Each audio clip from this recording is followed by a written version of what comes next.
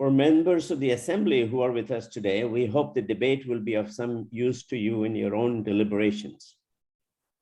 We hold this debate today in the context of declining unionization, which has left most workers with little or no say in decision-making in their workplace. To put this in numbers, of roughly 8.1 million Ontario workers, only 1.6 million are unionized, leaving the majority, some 6.5 million people, with almost no legally protected access to voice. Some employers have voluntarily sought to fill this void, for example, by supporting the formation of employee associations, committees, or through the use of sophisticated human resource policies.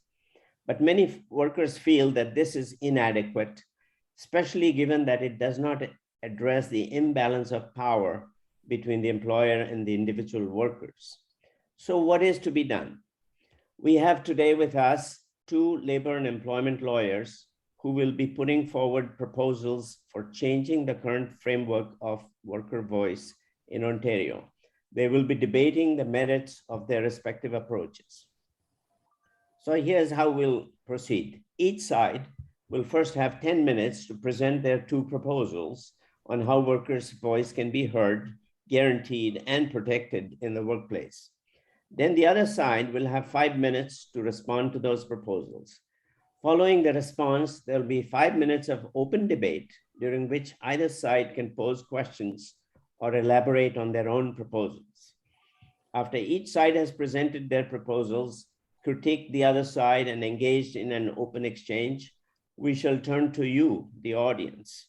We invite you to submit your written questions as they come up during the debate, addressing them to either or both of the debaters today. Please use the chat function on your screen and send your questions to Sandrine, who's monitoring the chat room today. Let me now briefly introduce our two debaters. First, Kathryn Marshall, a lawyer from Levitt, Sheikh, a labor and employment law firm that represents employers and employees in all manner of legal matters. In 2021, Kathryn was voted the top labor and employment lawyer in Toronto by the Post City magazine. Kathryn will be debating Simran Prihar, a lawyer with Goldblatt Partners, a labor side law firm specializing in representing workers and unions. Simran is a passionate advocate for workers' rights, having spent several years as in-house counsel for one of Ontario's largest healthcare unions. I'm keeping my introductions short here for reasons of time. Please visit our website where a full bio on each of the distinguished debaters is available. Okay, so now let me turn to Simran. We did a random draw and her name came up first. So Simran, you have 10 minutes to share with us your two proposals. And you will hear an alarm that will go off at 10 minutes. And I'll also give you a warning 1 minute before your time is up. So over to you, Simran. Thank you so much, Anil. That's wonderful. I am going to also try to monitor the time and not take more than my time. So I'll jump right in. So I'm going to start before jumping into my two proposals, which are related to each other. I'm going to start by framing the proposals in the context of worker voice. So what are we talking about? The debate, as you've heard, seeks to identify barriers to speaking up at work and to generate recommendations. These are the proposals that we're putting forward to help government bodies and employers improve their workers' capacity to participate in workplace decision-making. But what kinds of decisions are we talking about? Generally speaking, we're looking at things like working conditions, wages, safety, job satisfaction. You will have seen some of that on the center's website. Workers' rights to impact working decisions through their constitutional right to freedom of association has been quite extensively looked at in the law, and we're not going into law in this debate, but it's important to situate these proposals in the broader context of the law, which is that the Supreme Court of Canada has defined quite clearly what worker voice is and what worker effective, meaningful worker voice requires. And so the problem we have is that workers cannot individually advance concerns in an effective or meaningful way because of the power imbalance that naturally exists between worker and employer. And as our highest court has said, collective bargaining constitutes a fundamental aspect of Canadian society, which enhances human dignity, liberty, and autonomy of workers by giving them the opportunity to influence their workplace rules and gain some measure of control over a huge aspect of their lives in their work. And so, put simply, collective representation is the only way to allow true worker voice to be heard. And as Anil has situated this debate for us, that's declining. And so, what do workers need? The court has weighed in on that as well. Workers need choice and independence. They need choice of the representation they have and the collective goals that they would like to achieve. And they also need independence from management in trying to do that. And so in that context, things like internal employee associations that Anil just mentioned that are not connected to independent trade unions are not effective, we find, because they're vulnerable to employer influence by their very nature. And so the second problem that I'm trying to address with both proposals here is that the traditional model we have, we call it the Wagner Act model, where labor relations is conducted in individual workplaces, is really failing us with the changing nature of work. And so you'll hear me talk about the sort of areas of the economy where traditional labor relations models are failing. So my proposals are related, but the first one we'll start with is that meaningful worker voice, in achieving fair and decent terms and conditions of work is best achieved in these hard to reach sectors of the workforce through the establishment of negotiated sector-wide arrangements with workers represented by independent trade unions who can assist in the negotiation and enforcement of those agreements. So moving away from the one workplace, one union, one collective agreement model. The fact is that the priority areas for improving worker voice, and my comments are focused on Ontario because I practice in Ontario, but this is true across the country, is those areas dominated by precarious work. So we're talking about home care workers, we're talking about fast food workers, retail workers, delivery drivers. You'll often hear the term gig workers. So these are the vulnerable workers that we're trying to address because the economy itself is shifting away from big manufacturing plants, and which was the context in which traditional model of labor relations was established decades ago. And so in these sectors, it's very challenging to coordinate employees and in some cases employers due to the nature of the work and the workplace, which sometimes is your car or your bike. And sectoral bargaining is where employers negotiate work with workers, their working conditions on an industry-wide basis, as opposed to workplace basis. And so sectoral solutions, by definition, use structured forms of employee voice, the union, and employer voice with a facilitator role often in there for government to set fair and decent conditions of work and to oversee their administration and implementation. This results in a floor, decent standards of work, and that gives incentives to unions to make sure they are met.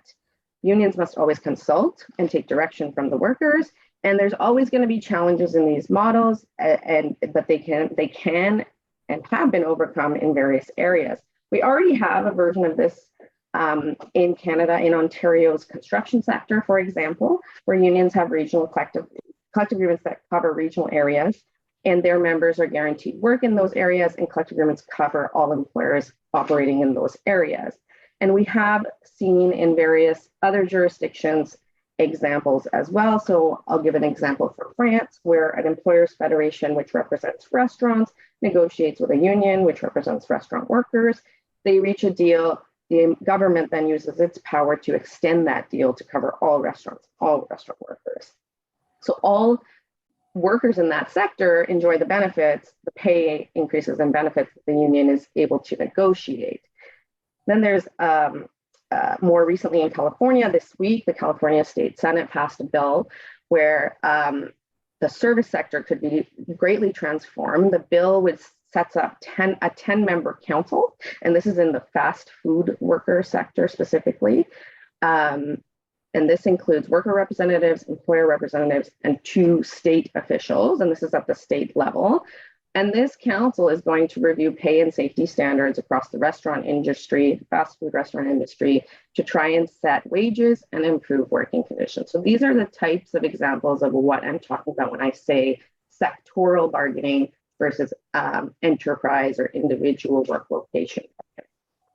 Proposal 2, which I will move to now, is related to that. And worker voice, and the proposal is that worker voice is best achieved by giving unions an expanded and central role in administering work-related benefit and training programs, and giving them also a role in advocating for and enforcing workplace laws, not just for their members. So we need to enable unions to play a role in delivering benefits and training programs to all workers, whether they're unionized or not. And we see this in certain jurisdictions. And so the first point I'll make is that unions can and do already do this. Advocating for their members, unions are often advocating for all workers. And this is not always well understood in North America, but it is well recognized in Europe. Unions can be and are in certain countries a touch point for various work-related functions, like obtaining unemployment insurance benefits. Here in Canada, we actually see this in certain areas with respect to pension benefits and health welfare benefits, which I'll talk about in just a minute. It's not necessary for a worker to be a member of the union for the union to perform this function. This proposal, I argue, would put a truly independent worker organization, the union, which is accountable to workers, in a key position which assists workers with a variety of needs, because unions have the unique ability to advocate for workers, communicate economic information, and provide trustworthy advice that workers, whether they're members of that union or not, can rely upon by the nature of the organization. And by broadening the scope of traditional union activities, this proposal will also promote greater levels of collaboration between unions, employers, and the government. And so, as we talked about, one of the barriers for non-union workers is they have to do everything alone. So even seeking to enforce their minimum standards like EI, ESA rights, they have to do that themselves. Self-help is required. And that's very hard for an individual worker, particularly in the precarious workforce. And so people don't bother. Studies suggest that union members are way more likely than non-unionized workers to receive worker compensation benefits, unemployment insurance, etc. And so when you have a bargaining agent that brings expertise, resources, and protection, that is a form of voice in the capacity to be educated about your rights, to enforce the rights. And so as an example of this type of system, recognizing my time is running short, I will just briefly mention in Belgium, for example, the government is responsible for unemployment insurance but they provide funding to unions to also administer this function. And workers can choose to go either way. And so there's lots of protections in there that I can't get into right now, but basically what you find here is that workers don't have to be a member of the union, but many still choose to go to the union because they find it easier to navigate. And unions are supplying here a much needed public benefit, but it also gives unions a plus in that it gives them a chance to interact with workers outside of the workplace. And so for various reasons, as we know in Canada, governments have not invested enough in government agencies to assist workers with this type of self-help, so unions can really fill that void. Simran, can you wind up in 1 more minute? I can, yes.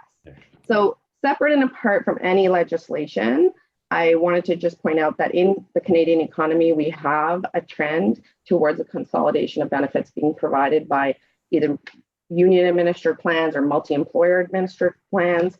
And this proposal, I would say, would also encourage employers to recognize the crucial role of trade unions. And by broadening their activities across the labor market, it promotes greater levels of collaborations across the board. And we would expect, because we see this already, for unions to advocate for and expand the reach of these minimum standards legislation across the economy, not just for their members.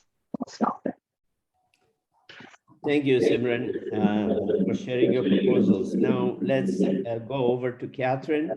Kathryn, you have 5 minutes to rebut and ask any questions, and then we'll turn to an open debate. So I'll start my timer now, and you will hear it in 5 minutes. Okay. So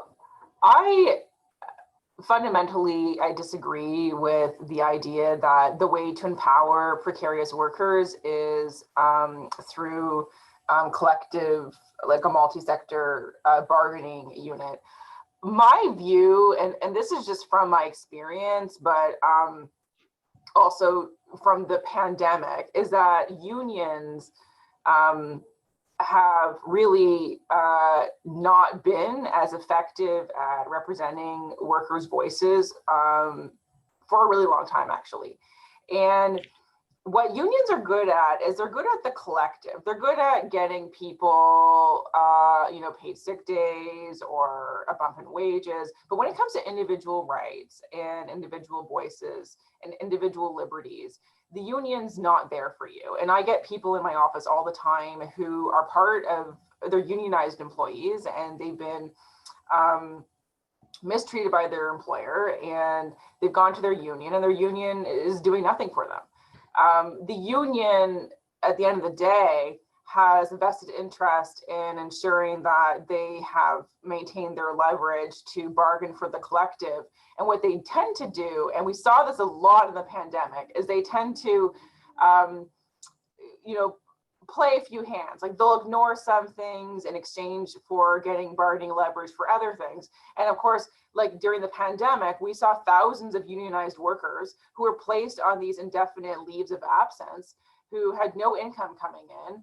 And for the most part, these were breaches of collective bargaining agreements. And the unions didn't really do anything about it because the employer said to them, like, look, like there's nothing we can do. If you can just hold off filing grievances and let us keep everybody on leave, I promise that, when this is all over, we'll give your people some extra vacation days. That happened across the board.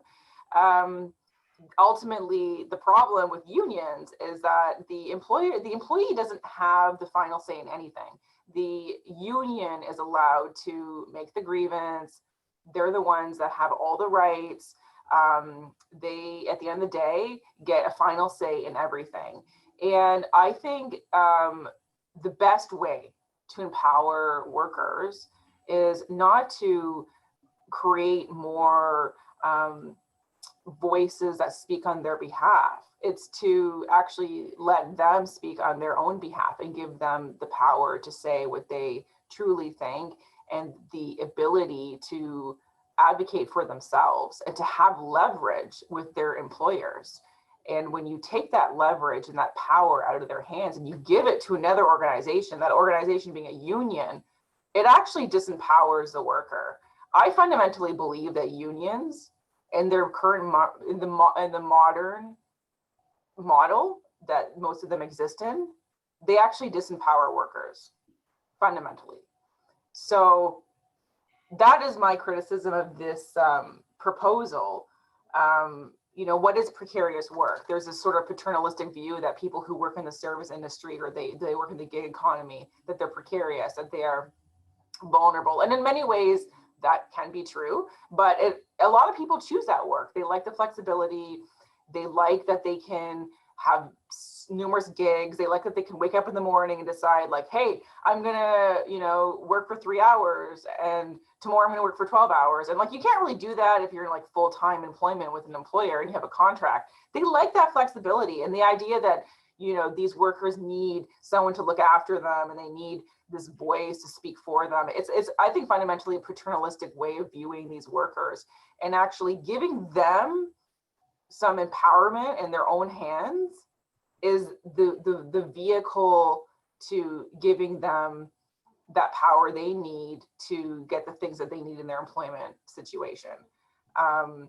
So yeah, those are, I mean, at the core, those are my criticisms. And like, I'm not saying like unions are useless, like they have some value. They used to have a lot more, but now that we've got all these labor laws, we've got employment laws, we've got all these things, the value of the union has really decreased. And the biggest problem with unions is, of course, if you've been wrongfully dismissed or you've been discriminated against or you've been mistreated, you have no right as an employee to sue your employer.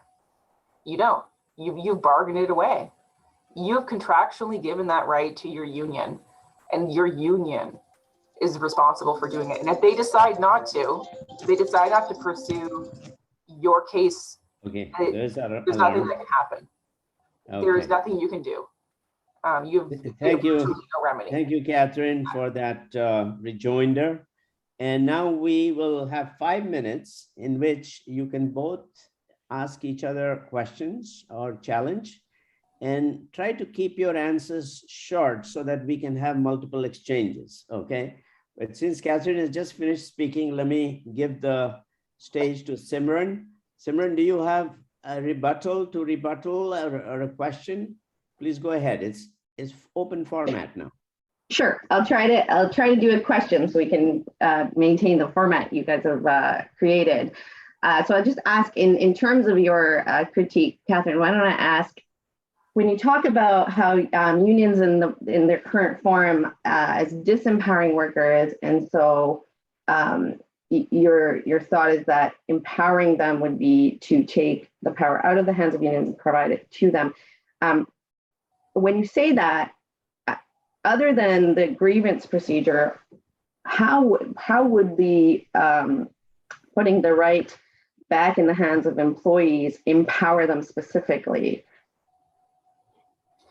So if the employee actually had the ability to like sit down with their employer and tell them what they wanted and like negotiate on their own behalf on an individual basis, that gives the employee direct power. The problem is if it's all in the hands of the union, what the company starts doing is they don't really think about the individual needs of the employees. They think about their relationship with the union, and it all becomes a big bargaining chip. It's like a game of chess. They're like, they're not thinking they're not thinking like, what are the individual interests of my individual employees? They're thinking, what does the union want? How can I make the union happy? What can I bargain away with the union to keep them off our backs? And they're not thinking at all about the employee, and that's fundamentally the problem. I guess I obviously fundamentally disagree with what you said about unions and your critique about them, given what I do, but I guess the question that arises from all that is, how could an employee possibly feel safe enough to go and talk to their employer alone if they have no union protecting them if they have no protection for just cause from dismissal and no right to reinstatement if they do get dismissed for raising, for example, a workplace health and safety issue or a discrimination issue alone by themselves? And people do it all the time in the non-unionized context. And that's why there are laws to protect employees from retaliation, and if they go to their employer and they raise an issue and they get fired for it, they have remedies available to them. They can sue for wrongful dismissal, they can file human rights complaints, they can file Occupational Health and Safety Act complaints. They actually have far more remedies available to them if they weren't unionized. Of course, if they're in the union, the only things they can do if they're mistreated is all laid out in the collective bargaining agreement, and the union has to agree to do it. And the problem with these unions is they have limited resources. So I've been involved in a lot of cases where like the union has wanted to pursue a grievance, but has told my client, we don't have the funds. We don't have the money to bring your grievance. We think that your grievance has merit, but we've got too many grievances going on, so you're out of luck. Yeah, and I would say fundamentally that's going to be an issue for an individual as well. All of the things you've mentioned are absolutely available, and I would just add unions are bound by all of those laws and enforce all of those laws, and there's Supreme Court of Canada jurisprudence that requires that. But in doing so, everyone has limited resources, and I would say that unions collectively have more resources than individual employees, especially in lower wage sectors? Well, a lot of I mean, I see what you're saying, you know, but fundamentally, if someone wanted to, you know, file a lawsuit against their employer, if they're in a union, they can't, right? They can't. So the union, their contractual relationship isn't with the employer, it's with the union. And there are obviously there's lots of lawyers who will do things on contingency. I mean, you don't need to have a lawyer to file a human rights complaint. You can do it on your own. You know, the problem with the union is it creates this middleman, right? Like the employee, if they want to do something or they want to raise an issue, they have to do it through the union. If the union decides not to pursue their matter, there's literally nothing they can do. And I just don't think that empowers workers. So I'll just, and I heard that alarm. I just need to end by saying that unionized workers also have access to human rights complaints, occupational health and safety complaints, just not ESA. The ESA doesn't apply to them. Or the civil court system. Okay, thank you both. Now we'll turn to Kathryn, and just to make it even more interesting, let me say as the moderator that I thought I saw a little bit of an agreement there between the two of you. And Kathryn, feel free to address this in your own proposals, is if unions are not able to pursue grievances of individual members, would you be willing to support a proposal where we give these grievance rights and a grievance committee by law to all workers? Yeah. Because that would be the solution, it seems to me. So absolutely. I love, like, there are some, I have actually seen, and where we agreed on this point, I agree with her, is that like I have seen collective bargaining agreements where the employee can actually file their own grievance. It does exist. It's very uncommon. But what I've noticed is that when it exists, the employer is a bit more attuned to what they're doing, and like they're more sensitive to things, and they listen more because they know that they can't just strong arm the union. That the employees actually have a way to get to them without the union's backing. So like any system where the individual ultimately has the power to pursue their legal rights is always the best system, I think. And the union can still play a role, but like fundamentally, you've got to give that worker the power to pursue their own rights. okay, I think you should now turn to your own proposals, and you have 10 minutes. So my proposals are really based on the premise that employees are going to be more empowered if they have more information. So one thing that I see a lot in the employment law context is employers are very big on secrecy. And actually we're seeing this, I'm sure everybody's been following the Bell Media saga and all of that. Secrecy around, you know, hiring and firing and what people are paid and what people's compensation structures are. This is something that employers really like to maintain because it makes it harder for the employee to negotiate and to really know what's going on. If they don't, you know, they don't know what someone else is getting paid and they don't really know what is the direct way that they can like negotiate for their own raises. Like the more secrecy, the better. That's the mentality a lot of like corporate Canada has really adopted over the years. Now it's starting to backfire, right? Where we're seeing a lot more like cases where people, you know, these big cases are exploding in the media, and it turns out that like people are being blindsided about things they didn't know about, and like no one likes that. People want information, and my proposal idea is that I think there should be an app, and you know, whether it's like government funded or government supported or not, there should be some kind of an app, some kind of an electronic like vehicle mechanism where employees can get information and communicate to each other about things that are happening in the workplace, and it's protected from disclosure to the employee, to the employer. They can share concerns. They can talk about what they're earning. They can talk about what's going on in the workplace without that fear that they're going to get hauled into an HR meeting and that they're going to get retaliated against, and that the employer can't demand disclosure of this information.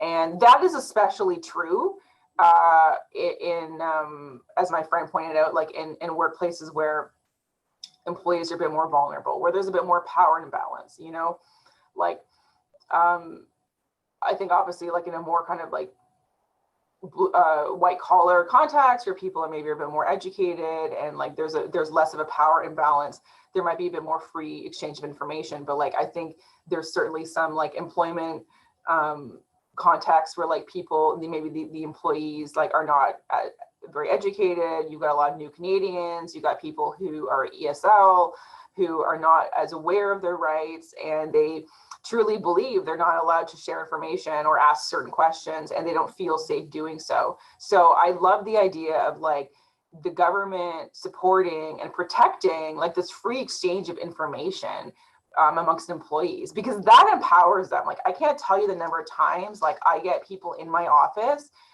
who want to retain me for my services because they like found out something was going on in their workplace that it will directly implicate them, and they never would have found out about it had it not been leaked a document or whatever. So I think free exchange of information is critical. And then my other proposal is around protecting that free exchange of information. So I love the idea of like an employee bill of rights that, for example, protects the right of an employee to disclose to their colleagues like what they're earning. You know, there are many companies that have internal policies that say that you're like not allowed to tell anyone what your contract says and what you're earning. And like that is like fundamentally like the core of like gender pay inequity cases that I see revolve around the fact that like everyone's making different money. No one's allowed to talk about what their comp structure is. Like these are really basic things. So I love the idea of like a bill of rights that protects the right for employees to share that information and not be fired for it and not be retaliated for it. So yeah, free exchange of information and then legal protection to do so would be like the core of both of my policy proposals. Okay, are you done? I am. Okay, well, we can now open up the debate. Sorry to rebuttal to Simran. Simran, you have 5 minutes to ask questions, to rebut. Thank you. So I'll actually, I'll start by saying, as a pay equity lawyer, I agree completely that pay transparency is a huge problem. And as some of you may know, we had a previous government introduced pay transparency legislation, which was then scrapped. And so this idea is certainly not new, and it certainly is a laudable idea. The issue, the critique I have, and I think both Kathryn's proposals are quite related and talk about this idea of secrecy. And one of the things she actually touched on is this, you know, she noted employer policies, but in fact, employment contracts often have confidentiality clauses where people are not allowed, like strictly not allowed to share, and that allows the employer to retaliate against them. So if we were looking at something like this, I think my first point would be that there would have to be a legal prohibition on that type of a clause in an employment contract, and the government would have to step in and say, you absolutely can't have that, in the way the government has done in various other, you know, aspects of things. Certain things are illegal. Idea. I'm writing it down. And so I think to have any teeth, you would need to start there. But I still think the proposal would fall short of providing the type of true employee voice we're talking about here to influence your working conditions. While this may help, and I as a pay equity lawyer, advocated very strongly for that pay transparency language legislation, to be implemented, because that's a first step in being able to achieve things like obliterating the gender pay gap. But it's a first step, and it doesn't necessarily impact individuals in the way that that my friend is trying to say, because even pay equity legislation, the way it exists right now in Ontario, it's very hard for an individual to enforce those rights. And in that way, there have been bills of rights for employees, in different jurisdictions, and they are hard to manage. They're hard to enforce. They're hard to monitor by an individual themselves without an organization backing it. And so while there are multiple ways to provide rights to employees, and the Employment Standards Act is in and of itself a Bill of Rights for employees, for individual employees. That doesn't necessarily help the problem. The problem that we're in now is having all of those rights for individual employees, and the problem still exists because what we haven't been able to do is give them an effective way to enforce those rights. And so while I understand what my friend is saying with respect to barriers that may be put up in a unionized system, and there's always going to be issues with any system that can be worked on over time, the fact of the matter is, and this is well recognized in the literature, in the jurisprudence, and in the law, is that an individual worker does not and will never have the same level of power as their employer. And so you need collective representation, you need collective voice.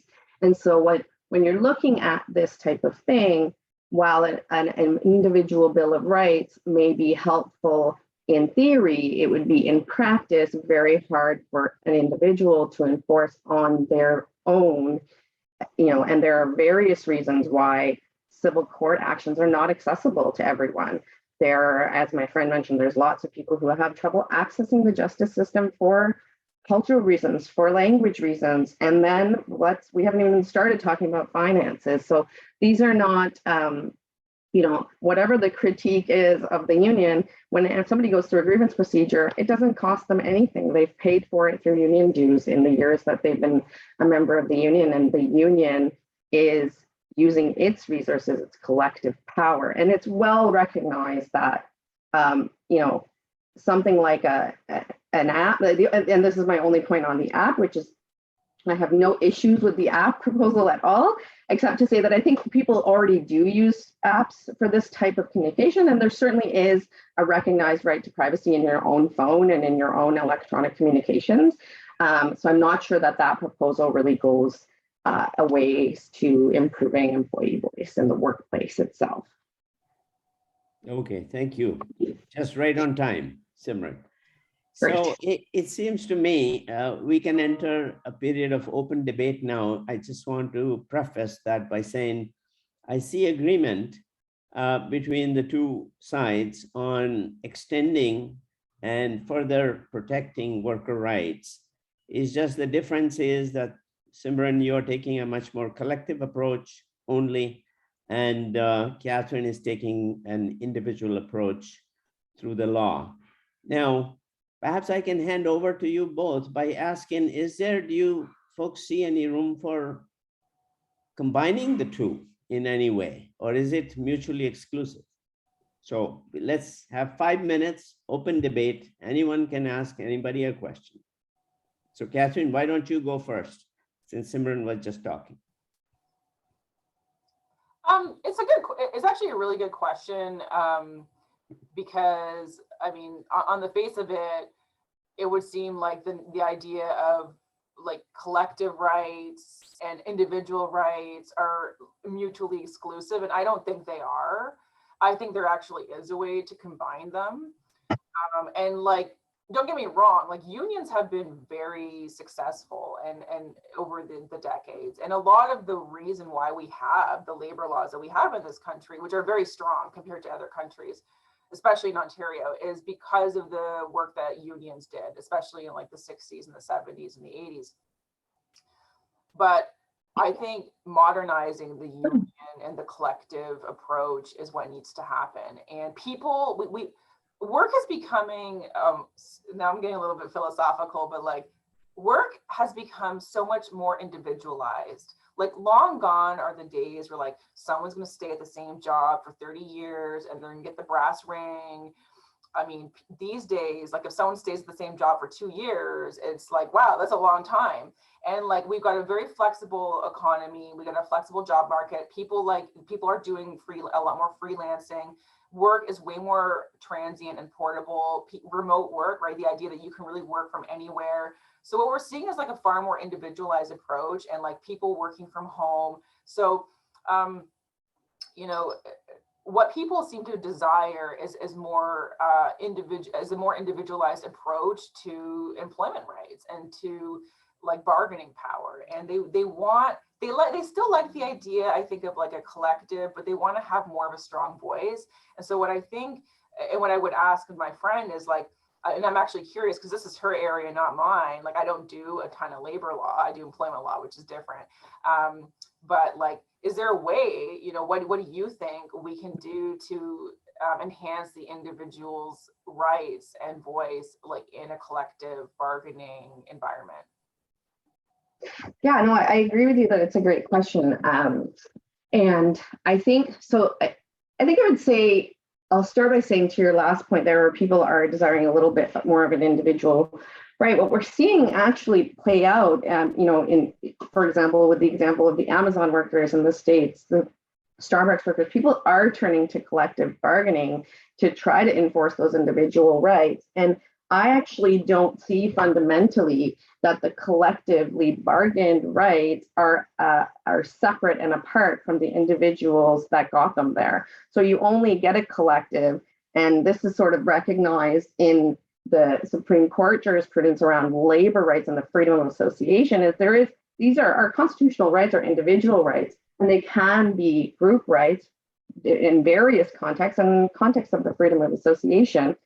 The key, I think, to keep in mind is that unions are formed by individuals and they're democratic procedures. Now, I will not sit here and deny that any organization and over time may have issues with that, but there's procedures and processes in place that are supposed to be in place and are actually legally required for unions to have to ensure that that democracy, which is a fundamental cornerstone of our entire system, stays in place and is able to be enforced. Now, that is not always easy to do, as we know with government generally, and with union government, it will be similar. There will be similar issues on a sort of micro level, and that's always going to be there, but that's the system that we have. And I think that the individual is a fundamental part of that. And as we say, you know, you've got the right to be part of the change and the solution, and that you can do within that structure by putting in, for example, if a union does not have a structure for certain sectors of the union, like certain unions are representing workers in all sorts of areas, but may have more executive may have more expertise in one of those areas and not another. There are avenues for advocacy to create, for example, like a healthcare council within a union that represents more than just healthcare workers, or a delivery driver council within that. So there are ways to sort of increase representation through that system, which still gives you the collective power of the union to try to even that playing field with the employer. Yeah, and I think one of the other things I think really needs to happen is there needs to be more ways to hold the union accountable. So like, as it stands, like, if your union fails to represent you or fails to advocate for your voice, you know, maybe they fail to advance a grievance that you know, has lots of merit. Really, your only recourse against the union is to file something called an unfair representation claim, which has a success rate of like, I think 2%. And they take years to go through the system. So maybe more union accountability. You know, look, a lot of unions can be very corrupt. There is a lot of money and power in unions, and I've seen it. You know, I've seen a lot of bad unions. I've seen good ones, but there are bad ones. So I think a way to kind of give people more individualized empowerment in a union context is to give them a real credible avenue where they can hold the union accountable. In the same way that, like, you know, as voters, we can hold our elected representatives accountable through voting, right? So I think that's really important because, like, you know, at the end of the day, unions are not, you know, unions are people. People can be corrupt. People can have ill motivations. You know, there's got to be a truly real way to hold these unions accountable if they don't do their jobs. Thank you both. That was a lively exchange. We are now in the home stretch, and I have a slew of questions from the audience. Let me kick off by going to Simran, since Kathryn was just speaking. Question for Simran, and please keep your answers brief so that I can ask more of these questions, okay? Let's try to do it under 1 minute each.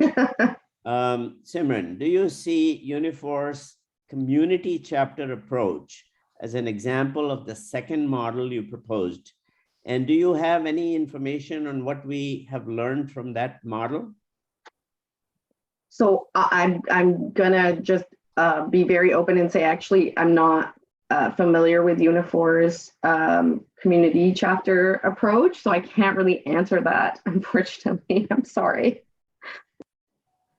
Okay, that's fine. I guess the issue is more like, can unions act for non-union people who are not necessarily a member of a union? Yeah, absolutely. And I think we see that, we see that in a lot of these Ghent-like systems, and sorry, Ghent, I didn't use that word purposely when I made my presentation because it doesn't really mean anything outside of the academic exercise of it. But in these systems where unions are empowered to provide this kind of help and assistance to non-union workers who aren't their members.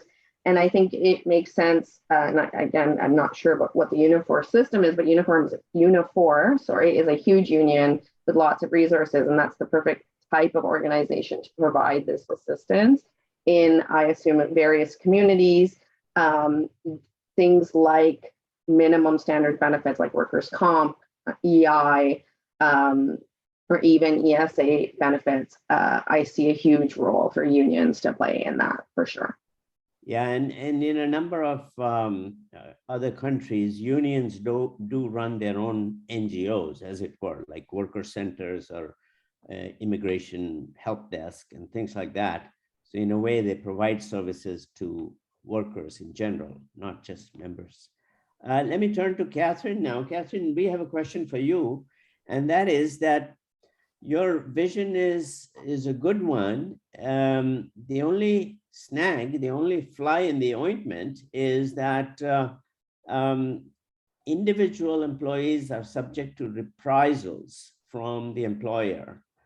And unless they felt protected, they're unlikely to exercise their individual rights. And there are a number of examples. This is my editorial.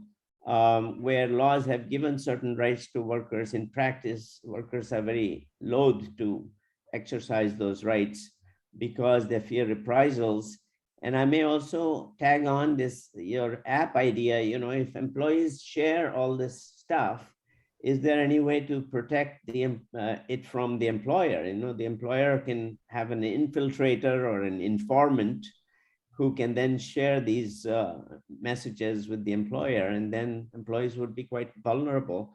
So maybe you can speak to this idea of how to protect workers in the individual system from reprisals.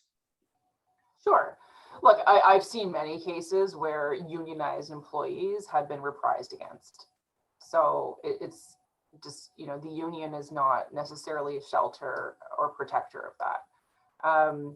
With respect to the talk of the app, look, I know that there are many workplaces where like employees workers are going to communicate with each other over like Slack or WhatsApp or Messenger, and that's very common. But I think a lot of workers are hesitant to be part of these types of communication channels for the exact reason you just highlighted. So what I'm proposing is that there be actual legislative protections that say that, if you're a worker and you're using this specific app or this specific channel, not only does the employer have a duty to not infiltrate it, but the employer cannot use it against the workers. And I think that will give a lot of people comfort and actually encourage a more open and free exchange of knowledge and information when they know that they have some legal protections there. with respect to like, you know, vulnerabilities, like, look, this is a huge, look, it's always uncomfortable going up against your employer. As like my friend pointed out, there's this very large imbalance of power that exists between a worker and their employer. And that's why we have so many employment laws and so many protections. But even when we have all these protections, even if you have a union, it's still very uncomfortable. It puts a bullseye on your back. It does, to go up against your employer. It's a very hard thing to do. But I think that if the employee ultimately has the power to pursue whatever remedy and whatever channel and recourse they choose to, it gives them some ownership in the process that if they have the union, they don't possess, right? Like, I actually think it's scarier to go up against your employer with a union backing when you don't actually have the ability to have a final say in anything. Like, who's to say that, like, oh, if you file your union files a grievance or you make a complaint, that your union is not just going to peace out on you and not pursue the grievance. That happens all the time. And then you're just sort of like floating around. So I think when the worker holds the ultimate cards, that gives them the confidence, I think, to pursue whatever remedy they want to pursue.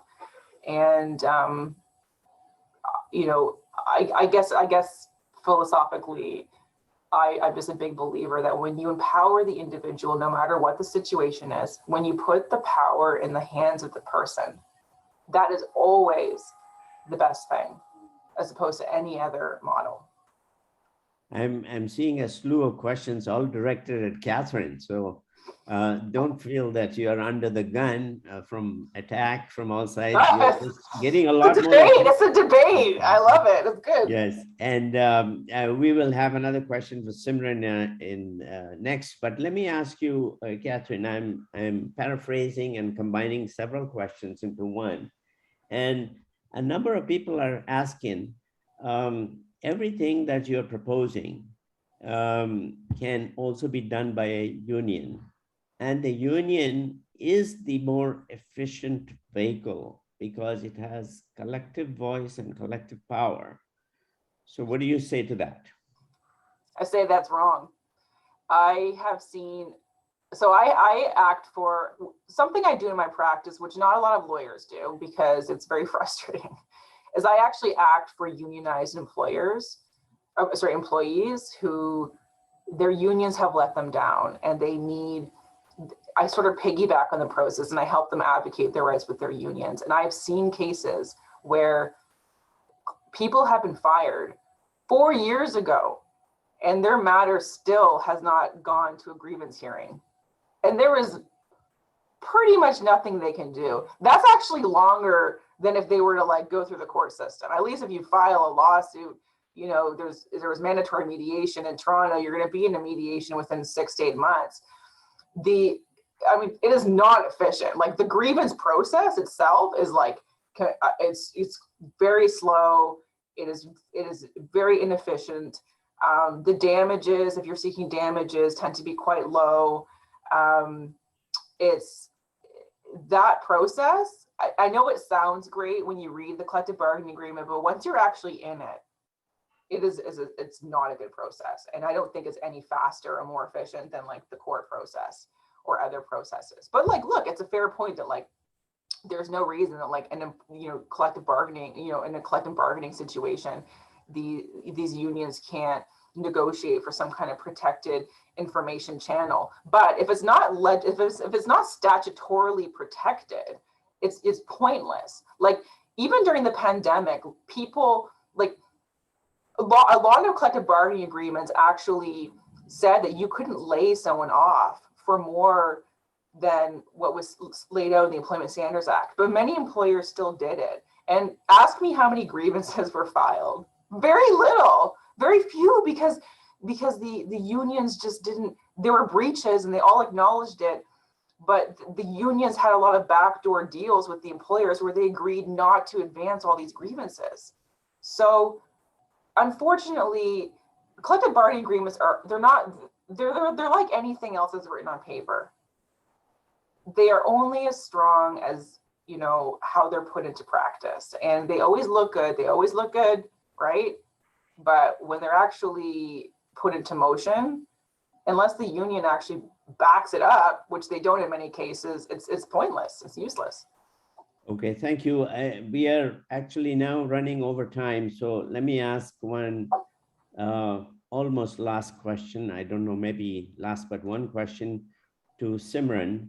And that is that unions have done good things, and Kathryn also agrees with that in the past, but now unions are very difficult to organize, and a shrinking workforce is protected by unions. So every time that we propose in expanding individual rights, like Kathryn is unions see that as a threat to their raison d'etre. That is, that, you know, we have grievances, so don't put it in the law because then that would preempt our need.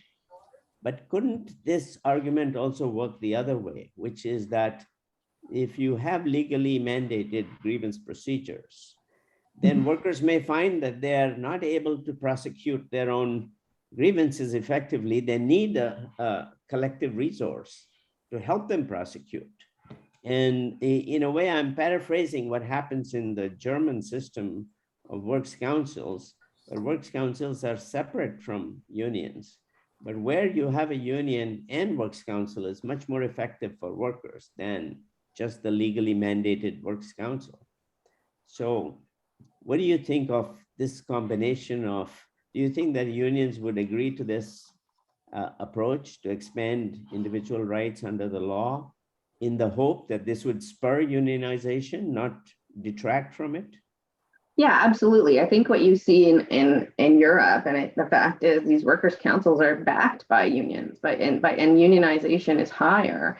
And so these things work together quite effectively in other jurisdictions. And I think they could even here, unions work closely together with organizations like Workers' Action Centers.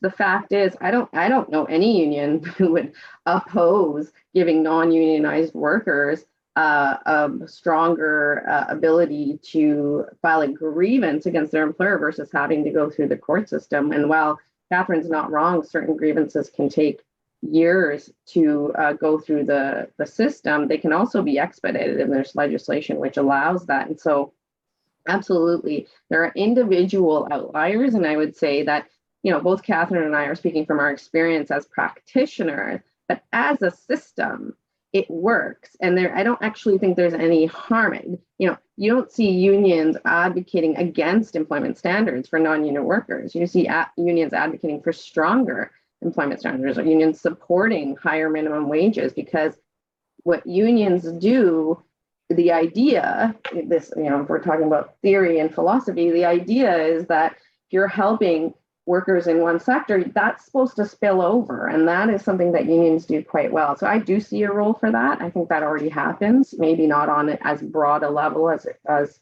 in Europe. And I think there's lots of scope for advancing that. Okay, thank you very much, Simran. We are now over time. So let me just say to Kathryn, do you have a last word you want to add in 30 seconds or less?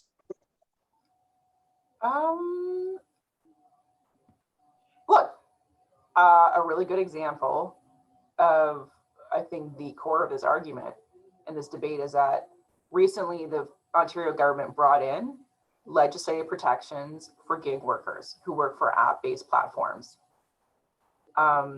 This will give the individual gig workers rights. Who was the biggest opponent to this? Unions. Why?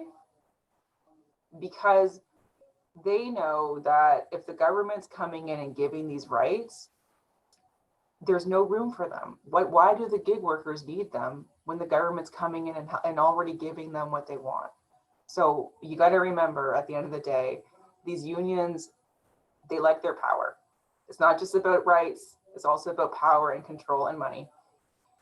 It might sound cynical, but it's true. I'll just add that the unions were saying it didn't go far enough. So when we talk about these unions that like their power, we're really getting into some very precarious territory around just ideology and not the idea of worker voice. Thank you both. Let me take this opportunity to not only thank our debaters, Kathryn and Simran, for being such a good sport, everyone in the audience for coming to the debate, Andrew Gibson, who is the creative mind behind our project, Sandrine Engines for the background research and feeding me the questions in the chat.